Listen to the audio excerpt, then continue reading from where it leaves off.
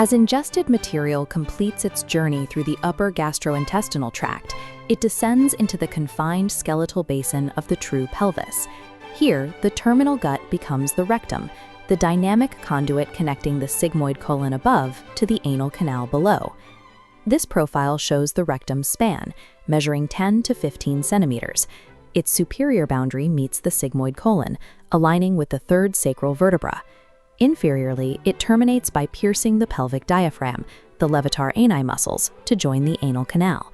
Through this space, the rectum does not simply drop vertically. Its path is dictated by two distinct structural flexures.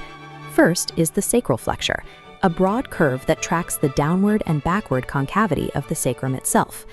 Then, at the level of the pelvic floor, the tube angles sharply backwards.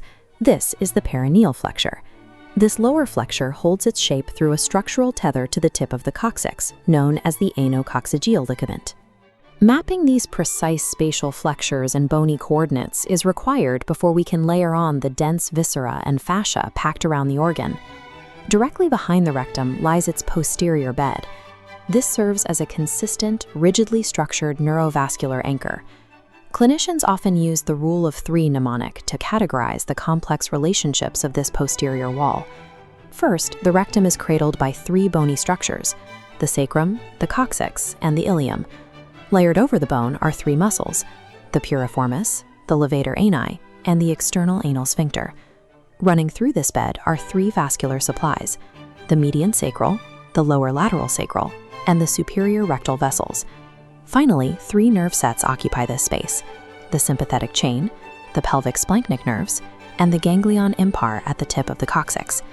This dense neural network has significant clinical consequences. A rectal tumor spreading posteriorly often infiltrates these lower sacral nerves, resulting in severe sciatic pain. Moving inward from that rigid posterior bedrock, we find a much more dynamic structure along the lateral walls and internal cavity. Looking inside the rectum, the external lateral curves correspond to permanent internal transverse folds called Houston valves. The largest of these is the middle Houston valve. It contains longitudinal muscle fibers and sits precisely where the peritoneum is reflected from the anterior surface. Below these valves is the rectal ampulla, a dilated distal portion responsible for storing feces prior to defecation. This unyielding posterior bed provides the structural stability required for the internal ampulla and its valves to support weight and manage volume without collapsing. While the posterior wall is uniform, the anterior relationships of the rectum are defined by profound sexual dimorphism. In males, as seen in this sagittal cross-section, the anterior framework is divided into an upper 2/3 and a lower 1/3. The upper 2/3 is related to the rectovesical pouch and the loops of the sigmoid colon that rest within it. The lower 1/3 sits directly against the base of the bladder, the seminal vesicles, the vas deferens, and the prostate. Shifting to the female anatomy, the space is governed by a similar division, but with different neighbors. The upper 2/3 borders the rectouterine pouch, also called the pouch of Douglas, which separates the rectum from the uterus. In the lower 1/3, the rectum sits immediately adjacent to the posterior wall of the lower vagina. Fascial layers provide essential surgical boundaries here. In males, de Nonvalaire's fascia separates the rectum from the prostate to form a surgical plane of dissection. In females, the rectovaginal septum provides a corresponding protective boundary between the rectal and vaginal canals. These divergent anterior neighbors mean a rectal resection in a male carries completely different collateral risks than the same surgery in a female. Draping over the upper pelvic viscera is the peritoneum, a serous canopy that selectively covers only specific portions of the rectum. The extent of this coverage is governed by a peritoneal rule of thirds. The upper 1/3 of the rectum is enrobed by the peritoneum on its anterior face and along both sides. In the middle 1/3, the coverage is restricted exclusively to the anterior face. The lower 1/3 sits entirely below the level of reflection, making it extraperitoneal. This reflection occurs higher in males, where the rectovesical pouch is approximately 7.5 centimeters above the anorectal junction. In females, the rectouterine pouch sits lower, at approximately 5.5 centimeters above the junction. The peritoneum is attached via loose fatty tissue, which ensures this serous layer does not restrict the necessary expansion of the rectal ampulla. The most clinically vital layer of this organ's architecture is the dense fascial tissue that physically compartmentalizes the rectum. The innermost investment is the visceral pelvic fascia, or fascia propria. If a rectal carcinoma remains confined here, surgical excision is highly successful with low recurrence risk. Anchoring the posterior is a strong parietal layer called the Fascia of Waldeyer, attached to the sacrum. Surgeons must divide this fascia completely and transversely before exerting a downward pull on the rectum. Lateral support is provided by the rectal stalks, or lateral ligaments, extending to the third sacral vertebra. These stalks are structural tethers, but they also serve as the transit corridors for the middle rectal vessels. We have built this organ from its specific skeletal coordinates to its valved internal structure. If we descend into the human pelvis, we find a complex, load-bearing web of interwoven musculature. This is the pelvic floor, the suspension system supporting the terminal end of the gastrointestinal tract. The final stretch of this tract is the anal canal. In an adult, it measures 1.5 inches long. The larger anatomical region housing this canal is the perineum. To map it accurately, we divide this space into 2 distinct geometric zones. This diagram shows the exact division. A rigid horizontal line drawn between the anterior parts of the right and left ischial tuberosities splits the perineum in half. The posterior division is the anal triangle. This specific territory is the focus of our examination.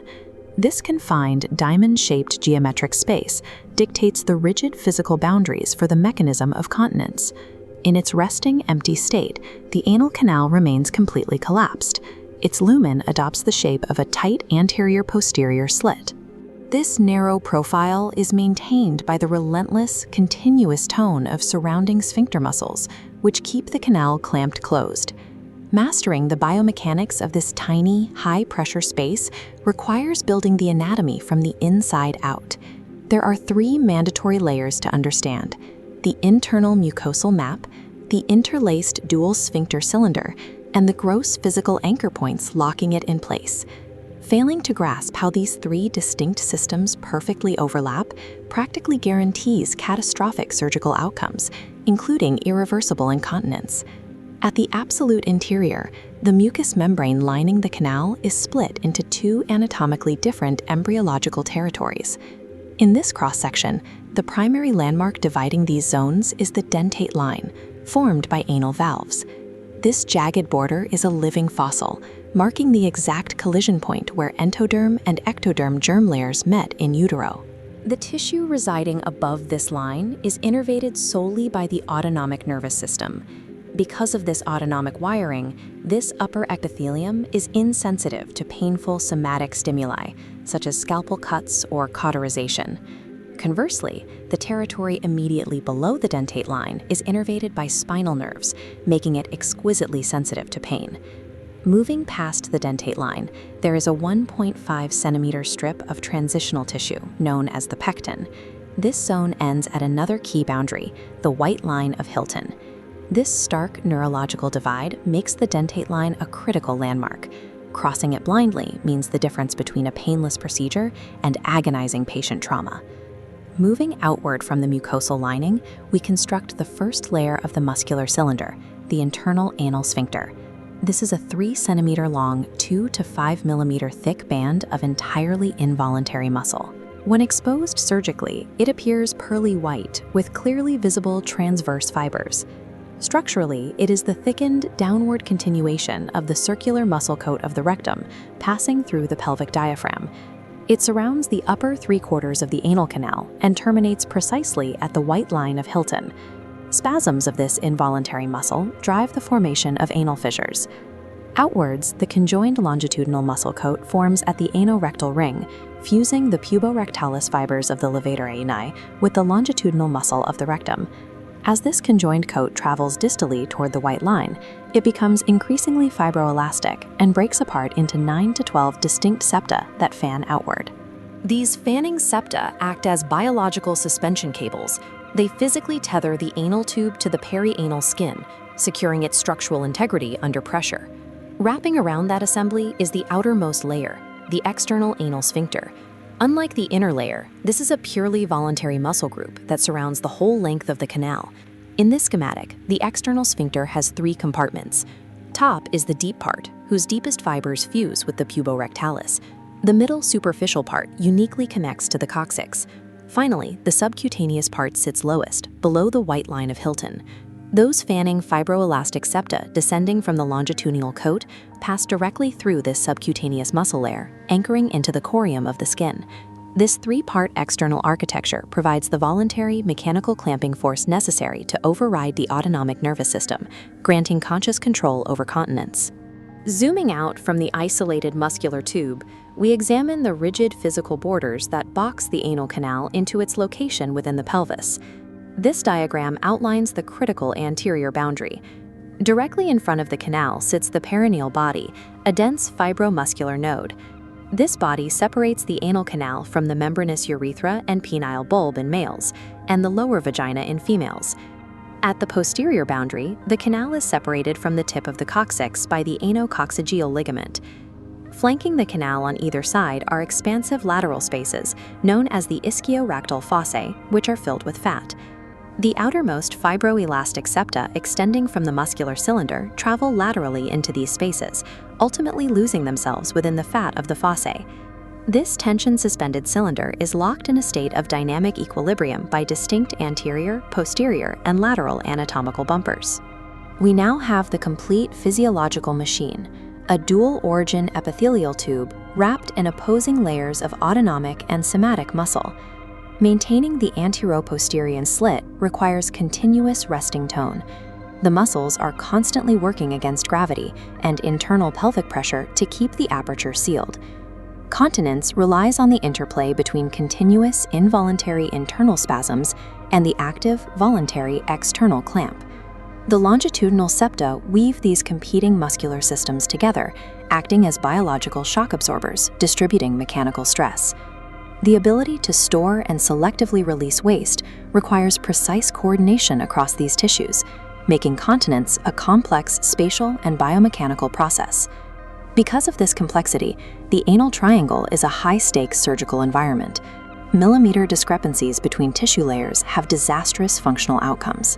This cross-section shows the exact correlation between the visible internal mucosal zones and the hidden muscular borders immediately beneath them. Specifically, notice how the lowest border of the internal sphincter perfectly aligns with the end of the transitional zone at Hilton's white line. Misjudging these topographical correlations, especially failing to identify the exact location of the dentate line, can result in severe nerve damage or mechanical failure of the sphincters. Ultimately, true anatomical mastery requires seeing the anal canal as a complex achievement of topographical confinement and interwoven multi-germ layer engineering. A sudden, excruciating pain near the anal canal is a severe physical crisis. The tension builds rapidly in a highly localized point. To understand why these infections escalate so violently and why some manage to grow entirely undetected, we have to map the hidden architecture of the pelvic floor. The tissue surrounding the lateral side of the anal canal is not a single solid mass. Looking at this cross-section of the pelvic anatomy, you can see that this lateral region is actually divided into 3 distinct stacked compartments. From the bottom up, these are the peri-anal space, the ischiorectal space, and the supralevator or pelvirectal space. Each of these structural compartments has its own specific boundaries, physical properties, and internal pressure limits. These physical laws dictate exactly how disease moves through them. By reconstructing this anatomy from the outside in, we can track how a minor, localized infection navigates these spaces to become a complex surgical emergency. We start at the lowest anatomical tier, located directly at the surface level. This subcutaneous area on each side of the anal orifice is the peri-anal space. It is capped above by the perineal fascia, which is a dense fibrous septum, and bounded strictly below by the peri-anal skin. Within these borders, it houses the subcutaneous portion of the external sphincter muscle. The mechanical behavior is defined by its internal structure. The fat inside is tightly arranged in small compartments called loculi, divided by rigid fibroelastic septa. When an infection starts, the pus has nowhere to go. Swelling hits the unyielding walls almost immediately. Because the surrounding architecture cannot expand, the accumulating fluid generates massive tissue tension instantly. This rigid structural arrangement is exactly why a peri-anal abscess presents with excruciating, throbbing pain in its early stages, long before the mass grows large. Moving upward, we enter the middle tier, the Ischiorectal fossa. It forms a pyramidal space with the apex pointing upward. Its vertical outer wall is formed by the obturator internus muscle. Sitting right on this wall is Alcock's canal, or pudendal canal. This specific structure is a critical zone for surgeons because it encases and protects the internal pudendal vessels and the pudendal nerve. Opposite that, the inner wall slopes obliquely, formed by the levator ani and both the deep and superficial parts of the external sphincter. The normal physiological role of this large space is structural support. The fat inside acts as a compressible cushion that physically holds the rectum and anal canal in a stable position. If a debilitating disease causes the loss of this specific fat pad, the lack of lateral support can directly result in a rectal prolapse. The crucial distinction between this space and the tier below is the composition of that fat. Here, it is loosely arranged, free of tight, rigid compartments. During an infection, this loose tissue is highly accommodating. Swelling can increase massively without creating any immediate tissue tension. This loose architecture makes an ischiorectal abscess uniquely dangerous. It grows silently, pooling a massive amount of infection deep in the pelvis with little early pain. The physical layout of the pelvic floor defines specific pathways of least resistance, allowing infections to travel far beyond their point of origin. There is an anatomical vulnerability at the back of the ischiorectal fossa, the posterior recess. It extends deep to the sacrotuberous ligaments, passing behind the anal canal.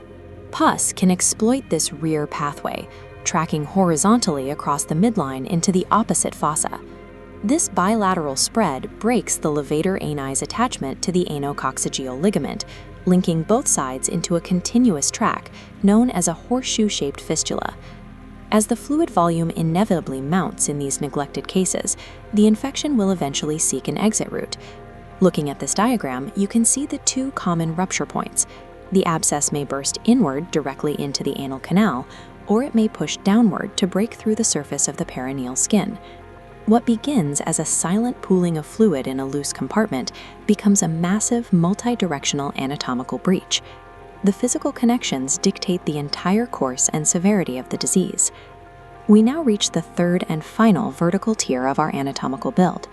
This area, situated at the highest point directly above the levator ani muscle, is the pelvirectal space. There is a specific anatomical defect that connects this upper tier to the spaces below, the hiatus of Schwalbe. The hiatus of Schwalbe is a physical gap located between the obturator fascia and the attachment point of the levator ani muscle. This gap poses a bidirectional danger. Pus originating high in the pelvis can drop down through this opening into the ischiorectal fossa, or conversely, a deep ischiorectal infection can push upward. This vertical breaching creates what surgeons call a high fistula, bringing the infection deep into the pelvic cavity and complicating treatment significantly. Now, looking at the entire completed anatomical model, the three-tiered structure explains the clinical reality perfectly. Tightly packed fat at the surface layer causes immediate high-tension pain. The loosely packed fat of the middle tier allows dangerous, silent expansion, and the natural fascial gaps provide clear highways for the infection to spread horizontally and vertically. Mastering this intricate, tiered architecture is the only way surgeons can accurately predict the path of an infection, safely navigate around critical nerves, and resolve the physical crisis while preserving the patient's vital functions.